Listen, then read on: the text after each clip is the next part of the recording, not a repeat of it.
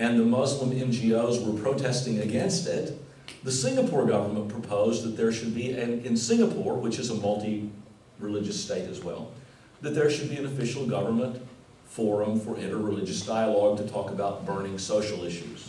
Particularly, they were planning to build a gambling casino and things like that.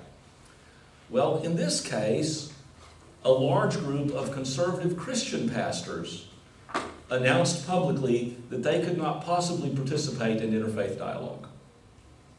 That this would mean that they would be discussing moral issues with people of other faiths, and that in fact the only guidance that they could accept in all moral issues was their own religion.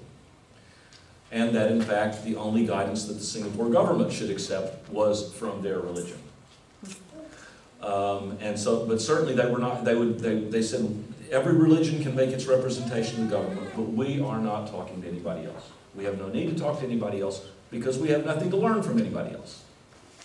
And it will be, and they use the same words that were used in Malaysia, it would be demeaning to our faith to be in conversation with people of other religions. Now, the Singapore government is both more powerful and less easily cowed by protests. And they promptly told the conservative Christian pastors to be quiet, and they formed their interfaith council and said, you can come or not come, but it may not be good for you to not come. But that's Singapore. It's a little different than Malaysia. Now, if we look across the world at these two examples, one in which you have Muslim protests against interfaith dialogue, one in which you have strong Christian protests against interfaith dialogue, we will see that there are similar examples involving most of the world's religions. Members of those religions will assert that in matters of theology, the study of God, in matters of morals and ethics, or in matters of social structures, or in matters of law, they have literally nothing to learn from people of other faiths. And they don't want to either. I want to suggest, though, that below those protests, it's important to always look at the cause of things, right? And one of the ways that we can understand the cause of things when we look beneath these protests is to say, well, what's the narrative? What's the story? How do these people tell the story of the world they're in? That they are so convinced that the only people they need to talk to are their own kind of people. Okay? And as it happens, what emerges in the writing of these protesters against interfaith dialogue is that whether they are Muslim, Christian, Jewish, Buddhist, Hindu, Sikh, they all share a common narrative. And the narrative goes like this.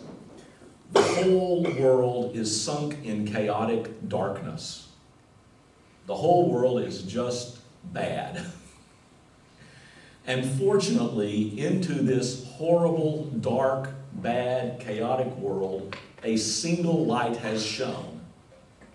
My light. If you're Christian, a Christian light. If you're Muslim, a Muslim light. If you're Hindu, a Hindu light. Buddhist, a Buddhist light. Okay? But the whole thing is like this. Our world, this world, is a place of degraded morality, social chaos, and intellectual darkness. If you are a Muslim in Malaysia, you will say it is a world of jahiliyyah. That's it, period. In Christian terms, it's a world of original sin made manifest. Original sin in this case meaning, in the classic fundamentalist terms, the total depravity of all humanity. Okay? In Hindu terms, it's because we are in the bottom part of the yurga called the Kali Yurga, the yurga of destruction. The world is in its cycle has reached the pits, right? And there's nothing good. If you're a Buddhist, it would be the world as understood by the great Japanese Buddhist teacher Nichiren, who said that the world is so devoid of the Dharma, truth, that enlightenment is nearly impossible, and in fact you have to quit thinking about it. Just chant. Don't think about the truth. You're not capable of it. Just chant. Okay? Now, and so into this world of darkness, chaos, etc., there comes a light, a revelation of a particular religion. Now, where is that revelation going to be found in our modern world? Well, it could be found in the purity of an Islamic reformer like Hassan al-Banna, who is very much on this Jahiliyyah versus the one pure light kind of thing, and his follower Sayyid Qutb, for example.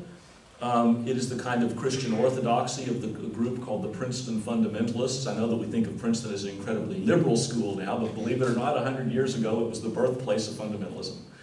Okay, the Princeton Fundamentalists said that we have to take total depravity seriously.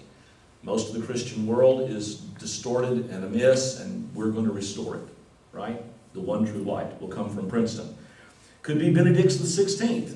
It could be BJP party in India, which is trying to purify India from all non-Hindu influences, right? Because that's all corrupting influences, and Hinduism is the true light. I could go on and on. It could be the Sinhalese Buddhists who are trying to purify Sri Lanka from all Hindu influences. So you got, in northern India, you got the BJP trying to get rid of all the non-Hindus, and south in Sri Lanka, you've got the Sinhalese nationalists trying to get rid of all the Hindus. Either way, it is the same story. Into a world of chaos, darkness, and degradation, there comes purity and truth through one true revelation, and that purity and truth cannot and should not be compromised by association with other claims to religious revelation. Because all those other claims belong to the darkness, right? They belong to what's degraded. Now, it's easy to see, I think, in the modern world why this is a powerful story. Because many people in the modern world have experienced modernity itself as a breakdown in the social order, a breakdown in the moral order, a falling away from traditional intellectual standards, a falling away from customary knowledge. We do live in a very chaotic and unsettled time. And so it's easy to fall into and think about, yes, it's a world of darkness, and aren't we glad that our community has received some little light, that we can hold this chaos together, right? And by the way, it's easy to associate this modern breakdown of moral standards, values, this chaos, this social chaos. It's easy to associate it with people from other ethnic groups and religions coming into your previously supposedly pure community, right?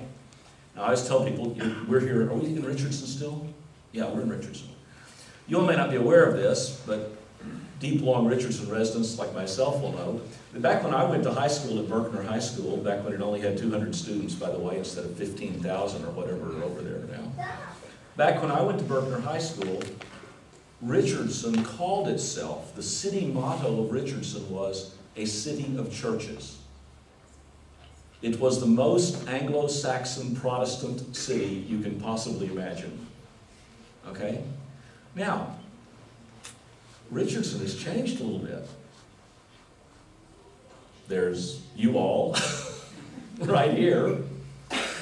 There's the big mosque down there right in the heart of Old Richardson, only about 4 blocks from where I went to junior high school. The church that I attended all my life, grew up, First Methodist Richardson, right? That building on Beltline Road is owned now by Taiwanese Buddhists.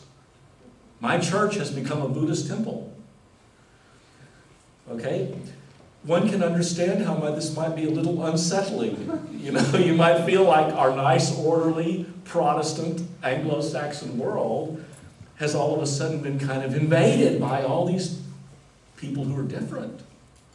Speak different languages, different religions, different cultures, different customs, right?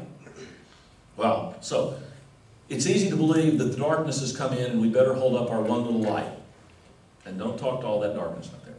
But, okay, that's the bad news. That's the bad news. It seems to me that every religious tradition I've mentioned, and I'm going to particularly focus on Christianity and Islam because I think the majority of us are Christians and Muslims, Judaism as well, though. All of these religious traditions do have another story, another narrative that is quite different from the darkness and light narrative. And that narrative is what makes interfaith dialogue not only possible, but also necessary. And I think it's one that people of good faith need to put forward very forcefully. And basically that story begins with the creation of the earth.